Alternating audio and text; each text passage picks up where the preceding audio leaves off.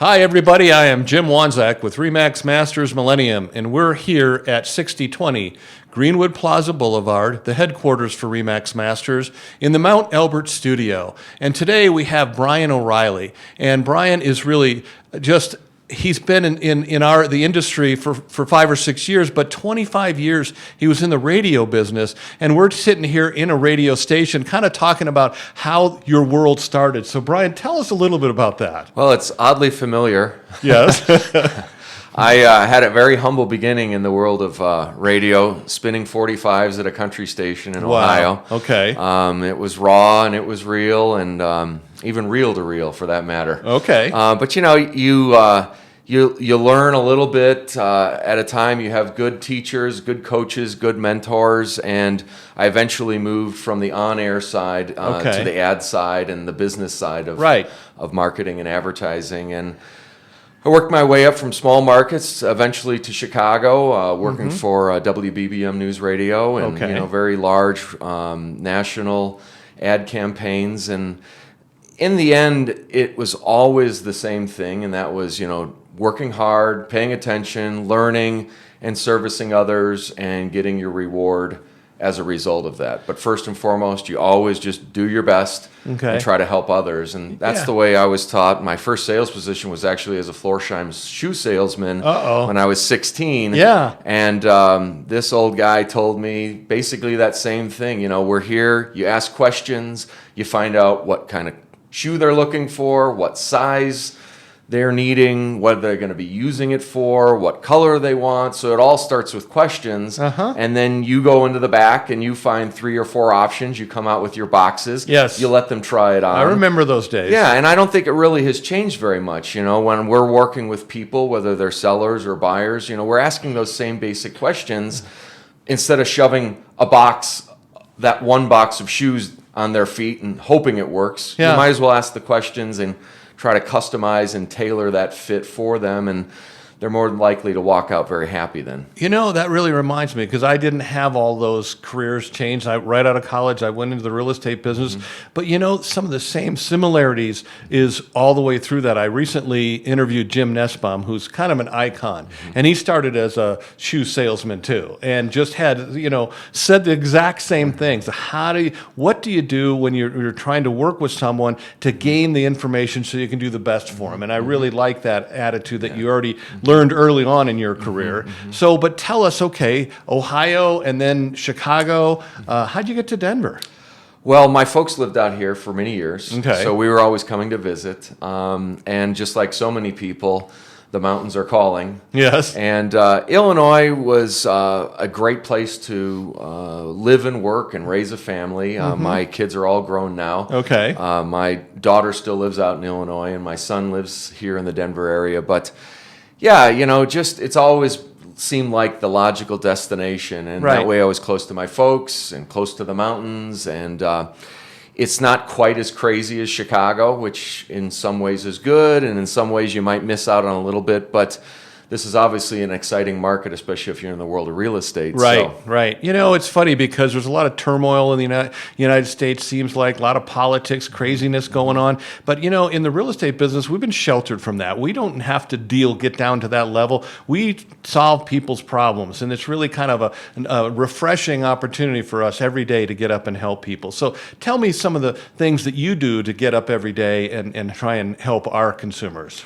Well, the systems have improved a lot. I mean, it wasn't that long ago, 6 years ago, I'd have to get up, get onto the computer, and see every single new property that would hit the market. Then I'd have to make notes on who it was I was going to tell, an email about that, and then I'd have to go one at a time. And now we set up a system where basically when you first meet them, you ask how you can help them, what they're looking for, you customize a search, and boom, they wake up that morning and all of those very personalized searches are on their computer waiting for them. Yeah. So I don't mean to say, hey, laissez-faire, I don't have to do any work anymore. But automation has actually improved our world so we can raise the bar, I think. You can do the stuff that requires you to be more personable.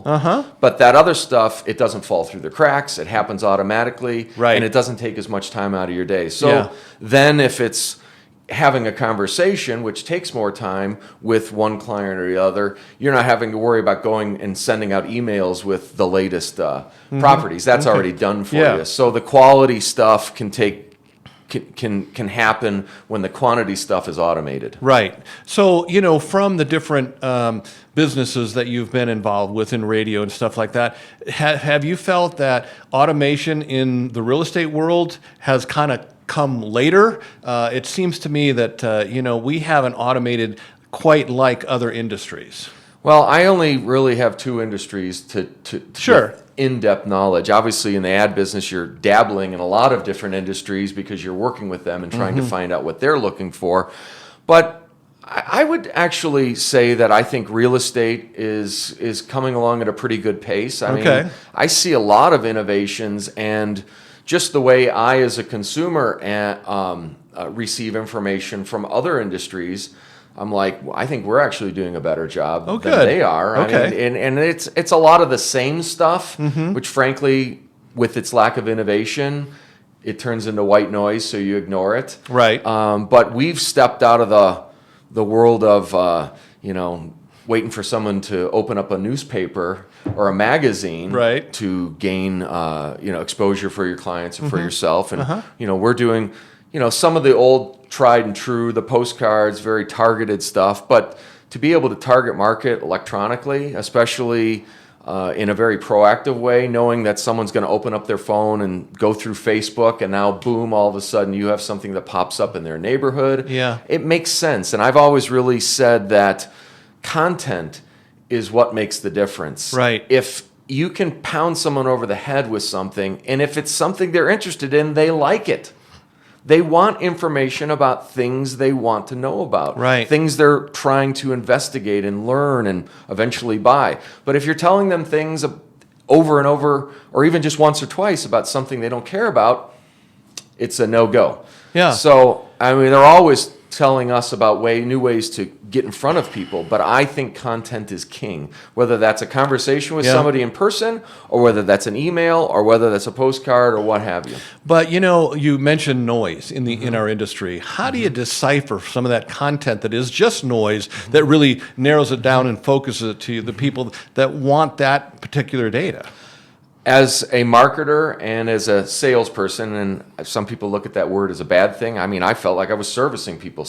People want to buy stuff. Right. So if you're a good salesperson, you're helping them get what they want. Bad salespeople sell people stuff they don't want or try and fail. And that's what's annoying. But, from a marketing and sales perspective, once we came up with an idea that we thought was great, I would tell my salespeople, before we launch it, let's put on the buyer hat and give it the test. Okay. And if, no matter how good the idea seems to us as sellers or marketers or presenters, if the audience is going to be bored or think it's a bunch of baloney or not talk to them about things they care about, we need to go back to the drawing board. Okay. So I'm always giving it what I also call the squint test, which is how I used to look at, the layout design of an ad or something. It's like, can I see it in passing? Yeah. And do I understand what it is?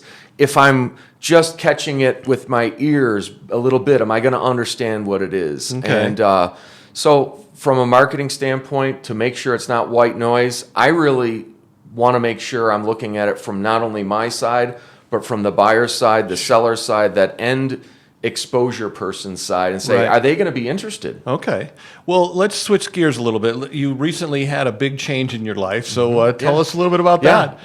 Great change. Got married. My wife, Julia, we live in Lone Tree. And in fact, we just got gifted a huge and wonderful Bernese Mountain Dog named Gus. You said huge. Yes, huge. And he's awesome. We've actually known him for a couple of years. He was a barn dog out in Cortez. Oh, wow. And they needed to kind of simplify their lives in their barn with all the animals. And they said, you know what? I think Brian and Julia would love having Gus. Yeah. So we have a full house Neat. and full of fun, and he's just awesome. But of course, Julia is just amazing.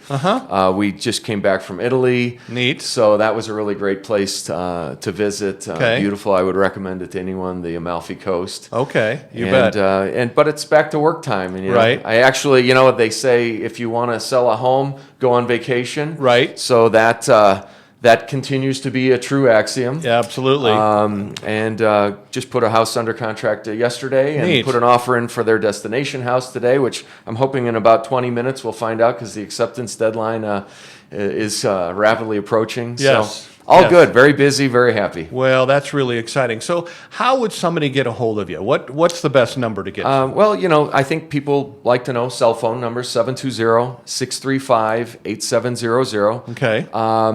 My email address is brian@o'ReillyCoHomes.com. Okay. And you should be able to Google search me these days, Yeah, Brian absolutely. O'Reilly REMAX, Yeah. and I'm really working on SEO. I know that's something that you find is very, very important because it works. It really does. And I think it's worth pointing out that coming from the marketing, coming from the advertising world, where it's all about exposure. That's exactly that's what it's right. about. Yeah. And then once you get the exposure, then it's about content.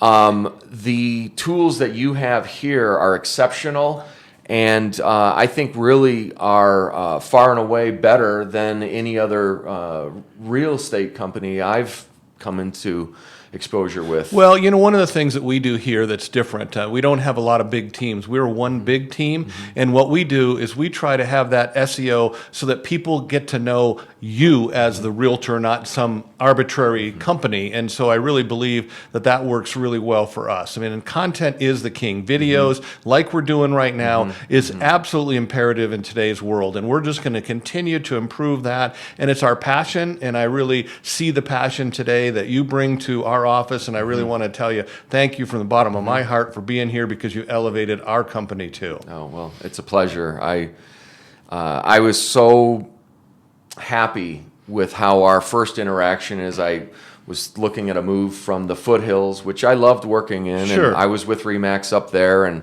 I'm a REMAX guy through and through. There's Right. just so many reasons why, and I think the people who watch this who are with REMAX, they understand it. But to be with a leader, I always felt like that was the best way. You know, you align yourself with the best. Right. Not only helps you, but it helps your customers understand that you've got plenty to offer, and then you just leverage that. You're on top of that nice base. So, but here at REMAX Masters Millennium, I think there's like that second tier. So I got REMAX, I've got REMAX Masters Millennium, and then the rest of it is up to me. Absolutely. And I would say that the more comfortable I got with the tools, the more traction I got and the more exposure I got. And there's just so much more learning and tools to take advantage of. Right. But, you know, I try to dig in a little bit each week and kind of trial and error it. And then obviously Eric is very helpful too. And Yeah. so, you know, you've got an amazing team, and I think that's what really stands out. I know we're independent contractors, but it makes it a lot easier to kind of take full advantage of what's available to you when you've got kind of allies in the office instead of Yes. just flying solo and trying to figure it out by yourself. No question. Real estate can be a lot of different things, a lot of different people, but we really have a community of achievers that really want to make a difference for our consumers. So really wanted to thank you very much for your time. You guys I've really enjoyed Brian's discussion and what he has to offer, and you really should take some of that to heart and just do the best you can every day. So thanks for being here.